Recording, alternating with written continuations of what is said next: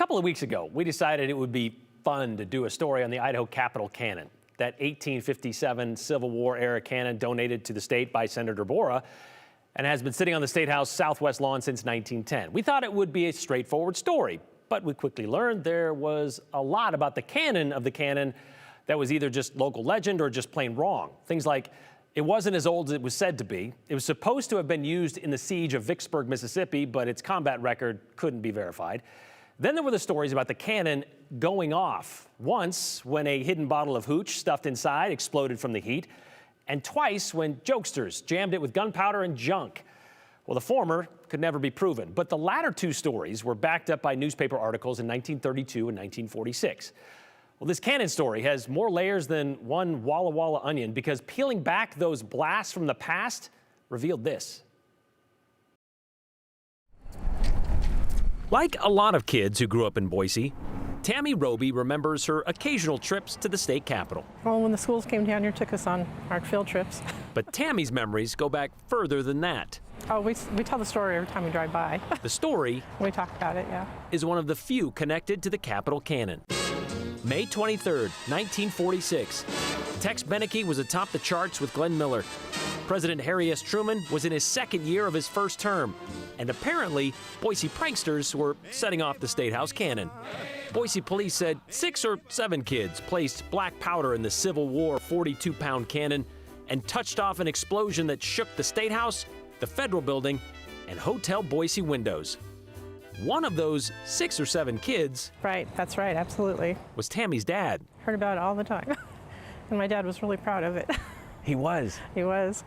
Carl Seelaff, He's right here. Boise High, class of 1949. He's a good-looking guy. That's what all the girls said. Was apparently with friends that Thursday night 3 years earlier. He said that when his friends and him got together and they came down here and they set off the cannon and it broke all the windows in the post office. So much for the Statesman story that said there was no damage. Did he tell you what they put inside of it? No, he didn't, and I didn't ask. Did you ever ask why? No, I was just so enamored that he did it. I didn't think anything else. I don't know why I never asked. I just enjoyed the story, I guess, with my dad. It was a short one, too. A very short story. But he told you the story a lot. A lot, yes. He was very proud of himself. So proud, I guess because he did it. he had no problem sharing it. And the whole family, he's told everybody. He's told everybody. Mm-hmm. It was even part of his obituary in 2012. He was just a fun person and liked to do lots of jokes to everybody, and everybody knows he was like that, so. Carl was mischievous, it said, and spent a lot of time with the local police officer's son. Together, with their friends, they loaded the cannon in front of the Capitol and shot it off. An admission that prompted this letter. I didn't know Carl, but my dad did. My dad was Dave Haskin, the son of the chief of police in Boise at the time. And he accompanied Carl for the shooting of the cannon at the Capitol building. So I guess we know why the kids were never caught. The son of the chief of police was in on it. Mm-hmm. Yep.